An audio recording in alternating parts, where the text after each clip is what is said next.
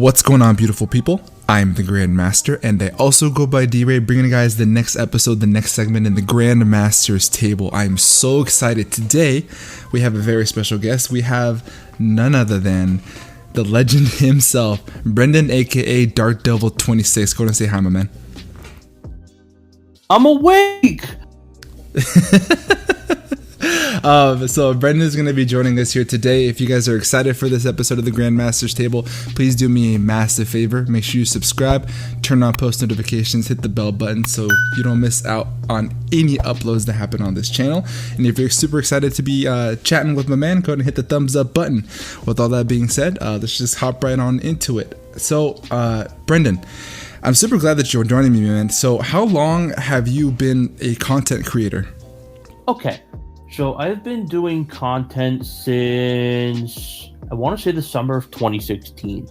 So I got started when, I'm going to be honest, it's going to be a little bit of a backstory here. So I originally started, I started before I started content creation. So like I started 2 leagues and they both died. And then I wanted to start a third one just for like a last resort kind of thing. And a bunch of my friends actually were skeptical on whether or not they wanted to join or not. But I'm very convincing, you see. So I convinced them to join. And that league is now the IBL. So first season went very well. Second season, we actually recorded some YouTubers that were uploading back in the day. And I thought that was the coolest thing ever that they uploaded. So I was like, I want to give it a try myself. So I had one of those YouTubers record me some post-com footage of a Wi-Fi battle I did. I started the grind, and that's how I got started.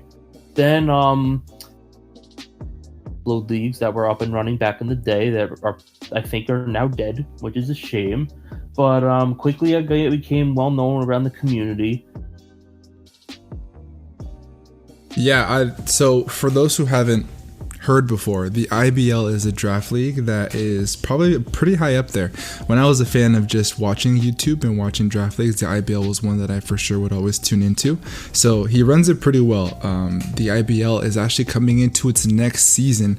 Do you have any information for when that's going to be starting up? So I think it's going to be starting up either mid-March or end of March. I know I have some things I need to take care of. I gotta get graphics in order. We're gonna get stream slides because we're streaming the draft. And battle should start by mid-March, uploads end of March. Hey, so guys, stay tuned because this league has got some heavy hitters. It's gonna be a fun time. If you guys haven't been into the YouTube community, or if you basically just started watching draft league content, the IBL is definitely the place to start. I really like this league. It's so far being a part of it, it's been a good time. We'd actually just finished up the draft, so there's big build up. Yeah, coming. literally just finished up the draft like 5 minutes ago after we were recording this. Yeah, so these teams are looking pretty fire, so it's gonna be a great season, that's for sure. So Brendan, how long have you been a fan of Pokemon? When did you come into the franchise? Okay, so this, like, the first question is going to have a little bit of backstory to it. So, I was 9 years old, and I was at summer camp. And I was sitting next to a kid on the bus, and he was just showing me his collection of Pokemon cards. And I thought that was the coolest thing ever. I was just like, wow, that's actually, like, genuinely really cool. And I was like, I wanted my own Pokemon cards, like, really badly. So for my birthday that year, I had a couple of my buddies over, and I just got my own. I got like 5 packs of Pokemon cards. I got a Walrein EX in one of those 5 packs, which is really cool. Oh, nice. Which is like, if you're not familiar with the TCG, the EXs are like the really, really rare cards. Mm-hmm. So like, I still have that card, by the way, for the memories. But I started with the TCG. I started with collecting cards. I just loved collecting the cards. But then that Christmas, I guess my mom thought it'd be a good idea to get me into the game. So she brought me the original Sapphire and Leaf Green, and I played them nonstop.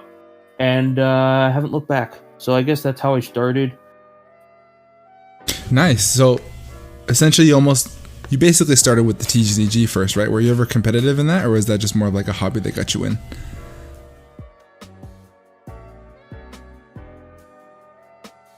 So I played casually the first 3 generations. I started with online battling in Generation 4 with my friends. We just played for fun or whatever. Like, I played with kids in my neighborhood. Gen 5, I honestly was like, I took a little bit of a hit in terms of Pokemon. I got a little tired of it. But then Gen 6, that's where I started competitive battling. I really started getting a grasp on like move sets and EV spreads and all that good stuff. And I got so absorbed into Gen 6. And then I haven't stopped since. Yeah, that's like a common denominator. Most PokeTubers or most people that do content creation on YouTube typically fall off on Gen 5. Is there anything in the specific that made you fall off at that time? Or was it more of a personal life happens kind of thing? Honestly, I think I just really, I can't really say. I just think just wanted to play some other games. Mm-hmm. Like, the reason I stopped playing Pokemon for a bit in like towards the end of Gen 4 and Gen 5 was because I didn't have a solid group of friends to play with. But then, actually, this is a funny story in itself. So that's when I was a freshman in high school, maybe a little bit later, I discovered the YouTube community. I started discovering Shofu. So I watched a few of his videos, then I watched a Showdown video of his. That led me to Showdown, met some people there. That led me to Skype, and then that led me to Discord, and now here I am. So Shofu is basically the main man that got you into wanting to become a content creator. It's been a long road, but it's been a fun journey. That's awesome, though. Yeah. That's cool. Have you ever do you Showdown ladder right now? Do you hop on the ladder from time to time? Yeah, I mostly random battles though. Like, I'm gonna be real with you, Chief. I'm just really lazy to build my own teams. Like, I know how to build teams. I know how to build league teams especially like really well, but Smogon teams, I'm very average at it. And plus, I'm just really lazy, so I just have people build my teams for me, if I'm to be honest. Like, I was like, oh, like, people that already play the meta, I was like, oh, yeah, if you guys just want to send me your teams, that'd be really cool. And I use them on stream on occasion. I use them in, I mostly do my laddering on stream. So that's where I use other people's teams. And I genuinely play all right, but I'm mostly a league format kind of guy. Yeah, it's for sure 100% different. The ladder on Showdown, basically working with tiers, the OU tier, the UU tier, the NU tier, etc. It's very tier defining, so team building for that is 100% different than preparing for a league battle, which could be a little bit different in regards to what sets you bring on specific Pokemon. One set on a specific Pokemon may be pretty standard on the Showdown ladder versus league battles are very out of the box. So in that regard, that also makes it very different, which is what he's referring to. When did you... Yeah, like, I have a confession. So oh, please tell. Usually on my Smogon teams, I usually just run 2-5. Like, I run 252 spread. Don't we all? Don't we all? I'm just such a lazy team builder when it comes to the ladder. Yeah, I fully admit it. But league teams, I go. Yeah, for sure. Because like after we're done, there's a video I have to show you of this really fun Hoopa spread I whipped up where I had like EVs in all 6 of my stats, and it was just so funny. Like, that's how try hard I go with my builds in league format. That's awesome, man. So with all that being said, and basically knowing that you came in on the TCG, what's your favorite? If I were to ask everybody that comes on the Grandmaster table this, if you were to pick any Pokemon to be yours, what is your favorite Pokemon of all time? Like, what's my favorite Pokemon right now? Of all time, from the beginning till now, if there's a common mon that was always been there the same, or if it's changed, what at this moment would top being your number one? It's been changing non-stop. Ooh. So, I hopped in at Gen 3. Like, that's when I first started getting introduced to Pokemon. I didn't really have a favorite in Gen 3. Gen 4, my 2 favorite Pokemon were Garchomp and Gallade. Then Gen 6 came along, and they made Mega Garchomp, and that was a thing in the past. I don't like Garchomp and the Mega Garchomp. Besides the point, I liked Garchomp and Gallade up until Gen 6. Then my boy Goomy came along. That thing is a god. That thing is a good Pokemon right there. Goomy is a good Pokemon. Goomy was my favorite Pokemon for 2 generations, and then they came out with another Lord, Choodle. Choodle is a very good boy. Like, for those of you who don't see, like, you probably won't. Like, he'll probably end it in my channel logo. But like, my PFP on Discord right now is a Choodle with shades on, and this is the profile picture I never knew I needed in my life up until when I got this. So that's going to lead into my next question that I definitely planned on asking you in the first place. What exactly draws you to that mon? Choodle? I don't know. It just looks so stupid. It just looks so stupid. That's why I like it so much. That's amazing. People are on Twitter. Like, I was just browsing Twitter, and I think I found someone shiny hunting Choodle. And they were just like, I'd rather just kill it. Like, they found the shiny, and it was like, I'd just rather kill it. I was like, don't do my man Choodle like that.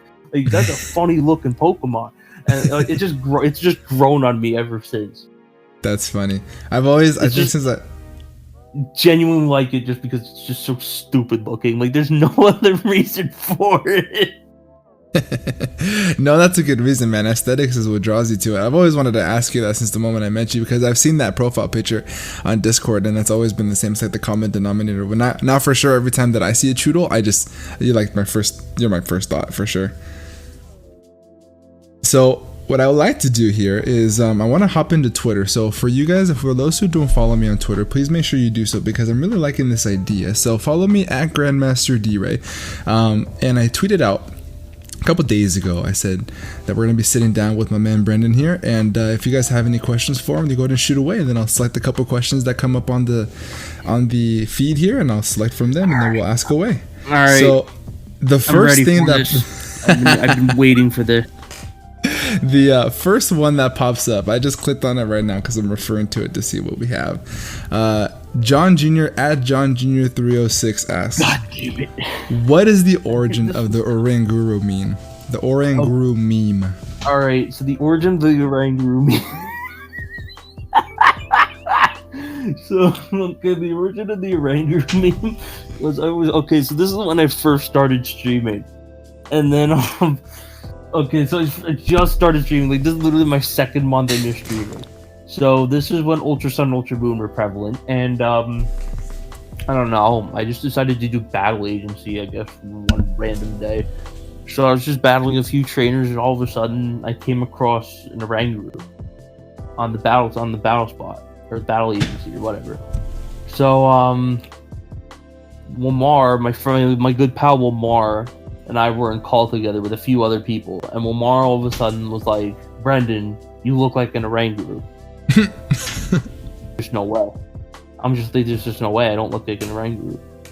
And then he was just like, that's false. Like, first of all, you see that white part of Oranguru? Yeah, that's like you. You're just as white as an Oranguru. And you also carry around a purple fan every time you're with and just hasn't died. It's gone on for over 2 years. It won't die. And now, like, okay, so more people started catching wind of the Oranguru meme. And I'm looking at Josh, aka Ultra Player in particular. He's a good pal. Every time we have a league battle, the man hides an Oranguru in his battle thumbnails whenever we play. That's hilarious. That's a good little Easter egg there. That's funny. I'm gonna have to look out for that from now on. I think I've had 4 battles with a man, and I hit 3 Orangurus in thumbnails. After we're done here, I'm gonna show you every single one of those thumbnails. Oh, Ultra Player, he's a character. That's funny. So hopefully that answers a lot of questions for a lot of people. Literally, it just started just because Wamar told me I look like a Oranguru. So remember, like, in the IBL draft chat, when you drafted Carcole, I was like, yo, you kind of look like a Carcole, to be honest. Oh, so you wanted that to stick. Mar's the one who started that. He's the one who started that with the stupid Oranguru meme. You said that, and I was like, oh, that's interesting. I thought about it. I was like, that's how it stuck. I get it. That's so funny. That's hilarious. So John, there you go, my man. There's the oranges for you, my brother. So the next question that I see here, I'm just gonna go straight down the line. I don't know if this is a serious question just from the relationship that you guys have, but Ashay Kwaza, he asks, what's the inspiration behind his Buzz Lightyear cosplay? Oh my lord. So Shay's a good pal. Shay thinks I look like Buzz Lightyear. And hey, man. I just don't see it. I love how I just don't see it. I look like Think of it this way. Think of it this way. If these guys are referring different characters to you, that means that you're on their mind at all times. We'll just say that. Exactly. Like, to some people, I look like an ORANGURU. To some people, I look like Buzz Lightyear. I just don't get it. That's so funny. Like, and then our next question that we have here on the thread is from at It's Sock. He asks, when making content, what is one way you want to improve? What do you feel is your biggest strength in content creation? So basically it's a two-parter. The first part about the question that he says is, what's one way that you always want to improve? And then what do you feel is your biggest strength when you create content? Okay. So, I'm going to start with what I want to, like, actually, you know what? I feel like starting off positively. I think I'm going to start off with my strengths. Okay, so I feel like one of my strengths is, I have two of them that come to mind. One of them is my natural reactions are amazing. Holy crap. Like, whenever I do things live, I just have such natural, genuine, funny reactions that I look back on them and I laugh at my own reactions because I just think I'm like, I hate to toot my own horn, but like, I think my reactions to things are hysterical. I don't know if you like are familiar like with my earlier draft league battles. I haven't seen your earlier stuff, but what I did do is I scouted you out for the previous game in the PCL before I played you. There was a battle. It was before PCL. There was a battle. I brought an ally switch Dawnwing's Necrozma completely unintentionally. It was a misgen because Necrozma's stupid, and I hate fusion Pokemon, but that's besides the point. I had like my reaction to that Necrozma was just so, I don't know what it was just so animated. It was just so funny. Like I just found it so entertaining. And I think that's a strength of mine, like my genuine reactions like, to things. Like there are things on stream that I have had really funny reactions to, and that leads into my second thing. That leads into my second strength. I feel like my true colors are shown when I record with other people.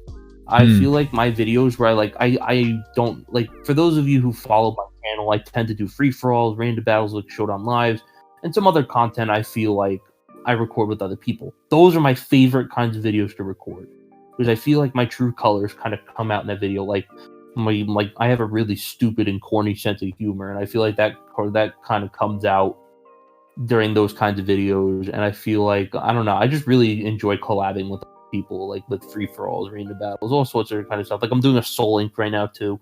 All the stupid things that come out during those like collab videos. I love that. But things I need to improve on. Funny enough, it ties into the whole collab thing, but in reverse. Like I feel like I need to do better in the videos that I record by myself. I feel like I'm fully capable of recording a video by myself, but like there are just sometimes where conversations get so drawn out. Like I'll just talk about I'll just suck the life out of the topic. Like I don't really diverse my topics a lot. Like I'll talk about the same. I'll just talk about the game, and I just feel like that's so boring. I feel like I need to switch things up a little bit. I genuinely don't feel like I'm entertaining by myself. So you feel as though you're less stronger whenever you collab with other content creators? I feel like I'm a lot stronger when I collab. Nice. I think I need to like. There's a series that I had to put on hold unfortunately because of technical issues, which was my Insurgents Nuzlocke. And I feel like I just focused more so on the gameplay, and I just don't think that's a good idea for solo projects. And I think I can work on that better. Another thing I think I can work on is I definitely think audio issues. Like I'm gonna be honest, I suck at like balancing out audio. Whether it's a stream or a video, like I just can never. I'm an audio nut, so like every time you hop into one of my streams, I'll be like, "Hey, yo, Can you check out the audio to make sure it's good? I just can never get it perfect, and I just think like it's something so small, but I just think it's something that I really need to work on. But yeah, those are the two things I feel like I can improve on, as well as the two things that I feel like I'm good at. So yeah.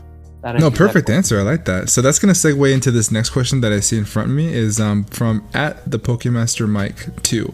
He asks, when and how did you realize you had a passion for content creating? Okay, so this is another good question in my opinion. So I'm gonna be honest. You ever heard the saying that you never know what you have until it's gone? Mm-hmm.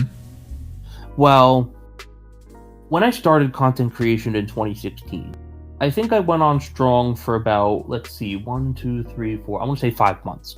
August to December. If that's 5 months, and go me, I can do basic math. But yeah, towards the end of December, I kind of hit a wall in my like life kind of thing. I kind of got stressed out. So I took a little break from content. That happens? Yeah, it happens. I understand that. But in that month, I realized how much I missed content creation. Yeah. And that's when I really, really started to grind. When I started feeling a little better, when I got back, I was grinding so many videos until I hit 100 subs. When I hit 100 subs, I made a 100 sub special video, and my mom actually watched it. So what happened was she went out and we agreed that I can get a 3DS capture card. So after that, that's when I started recording like free-for-alls and live league battles. That's when my passion started to take off. When I got that capture card, when I did live commentary, that was just such a different experience. Because I'd be honest, I almost quit YouTube because I hate post-con that much. It sucked the life out of me. Because I'm such a perfectionist that I just felt like that I had to perfect each and every one of my comments. Like if I messed up a word or I got the move wrong, I would literally stop the recording and start over. Because for live comms, I didn't feel that added pressure, you know? Yeah. No, I relate to that 100%. I actually I'm in the same boat in a way. I'm not hard on myself. I can understand where you're coming from because, for example, I recently just did a video for the announcement of the APA Academy coaches, and I probably did that take, I would say, 30 times before it fully came out to the product that you guys saw.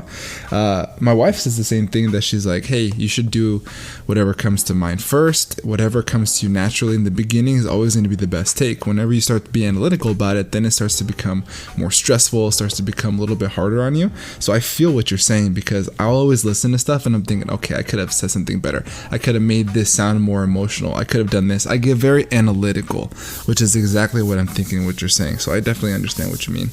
Mm-hmm. The post commentary from last generation, basically here's what I'm trying to say. This isn't on the Twitter. Thank you for everybody who submitted questions. I really do appreciate it. We'll probably do this in the future with other guests that we have here in the GrandMasters table. So whoever submitted questions, we thank you guys so very much. This is going to segue into my next question that I have for you.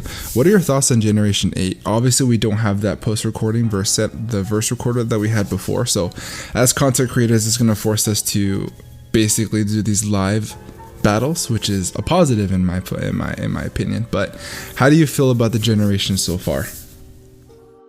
Well, for starters, I hate the timer.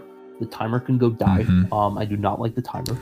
I don't feel that making the timer 20 minutes was a good decision at all. Like, here's my philosophy. Like, Pokemon has always been a kind of like company that's like, oh, let me take 1 step forward and 2 steps back. That's what I felt like they did with I can see timer. that. Everything else, though, like, I'm gonna be real with you. I definitely have the minority opinion here, but I think the Dex cut was the best thing that's ever happened to Pokemon. I'm gonna be honest. I love the Dex cut, because I said this in a tweet once, but when the DLC first got announced, I said that, oh, you're gonna have 4 different metas in one game. You're gonna have pre-home, you're gonna have post-home, you're gonna have first DLC, and you're gonna have second DLC.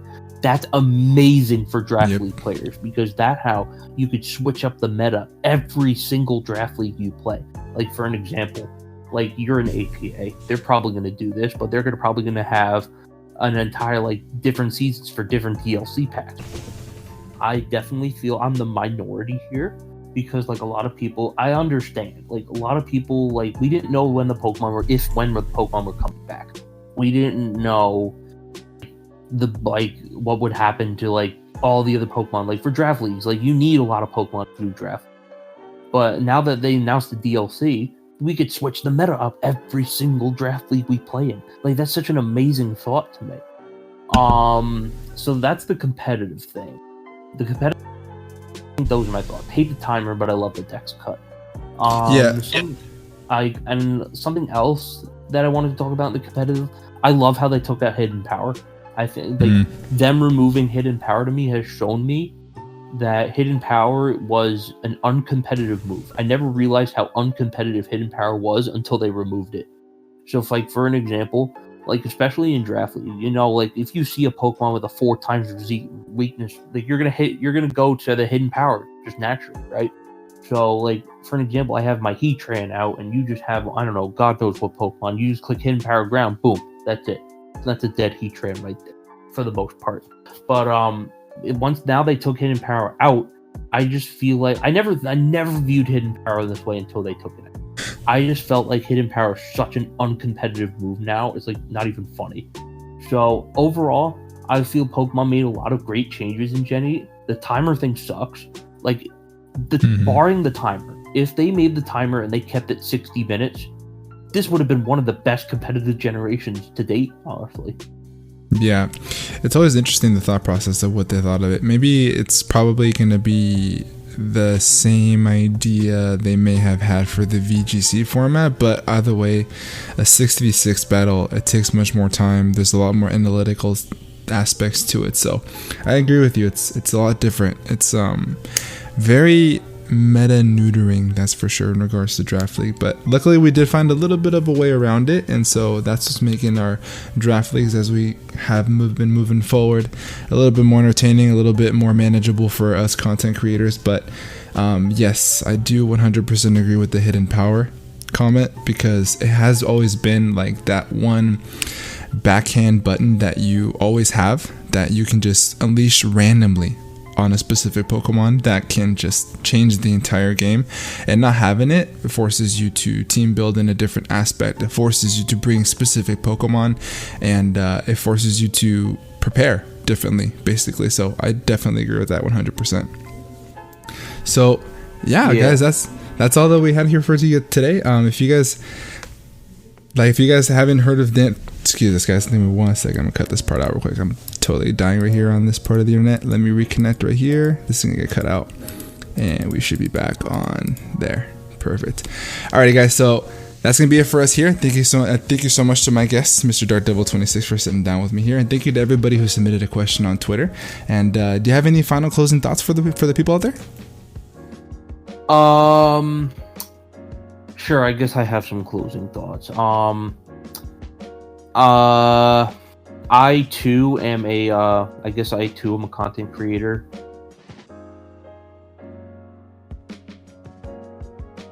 I don't know if you guys are interested in my stuff. I don't know, YouTube, Twitch, Twitter, all that good stuff. Like, yeah, I guess. But I thought this was a really good conversation. I had a lot of this.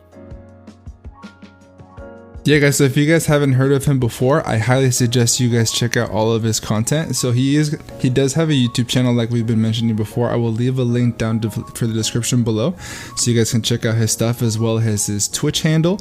And is there any other outlets that they can see you on? Yeah, and then this last thought, this is just personal me to you. Okay, guys, for those of you who don't know, I feel so bad about this, but my sleep schedule, for those of you who don't know, is notoriously bad and is heavily memed throughout the community. But I feel so bad, but I'm so glad we finally got this in, because I've fallen asleep on this man now 3 times, and I genuinely feel terrible about it. But I'm so glad I finally didn't pass out today. I'm really happy, and I consider this a moral victory. So yeah. Know that. Yeah, go that, whatever that is. I appreciate you for putting that in there, man. That's like a little comedical stab that people will appreciate 100%. I wasn't gonna say anything, but I'm glad that you did, because for those who know you in the community, I definitely will have a heyday on that one. So leave a comment down below for your thoughts on my man snoozing away. There's a couple nights where we would schedule out, and I'd be ready for him, and I'd message him on Discord. I say, hey man, I'm ready to go whenever you are, and I'd wait. I don't think I told you this, but my schedule lately has been absolutely abysmal. I've had to get up at like 5:50 in the morning for work. I'd have work till 12. Then I have like a 3-hour break, and I go to class until like 8:30, and then I'm just exhausted by that point, and I'm just like, and then I'm like watching a YouTube video, waiting for time to pass by, and then next thing I know, it's an hour later, and I'm just like, damn it. So yeah, like life's been kind of hectic for me lately, but I'm just trudging along. Yeah, RBL, man, RBL. No, I respect you for putting that out there, man. That's hilarious. I'm glad that we got to put that into the conversation. So guys, be honest. Let's say it again. I mean, it's like I gotta be honest with the people, you know. Oh, 100%. We have to give them the number one always. All right, guys. So like I said before, I'm going to leave the link down in the description below for all of his content outputs, YouTube, Twitter, Twitch, all that fun jazz. Please do me a favor, drop a follow, subscribe to my man. He's a very entertaining content creator. He has some very, very good stuff for you that's coming up, including the IBL content that he is so graciously allowing me to participate in. So guys, make sure you stay tuned for that. And with all that being said, we're going to get the heck up out of here. Have a great rest of your night, and above all else, be nice. Peace.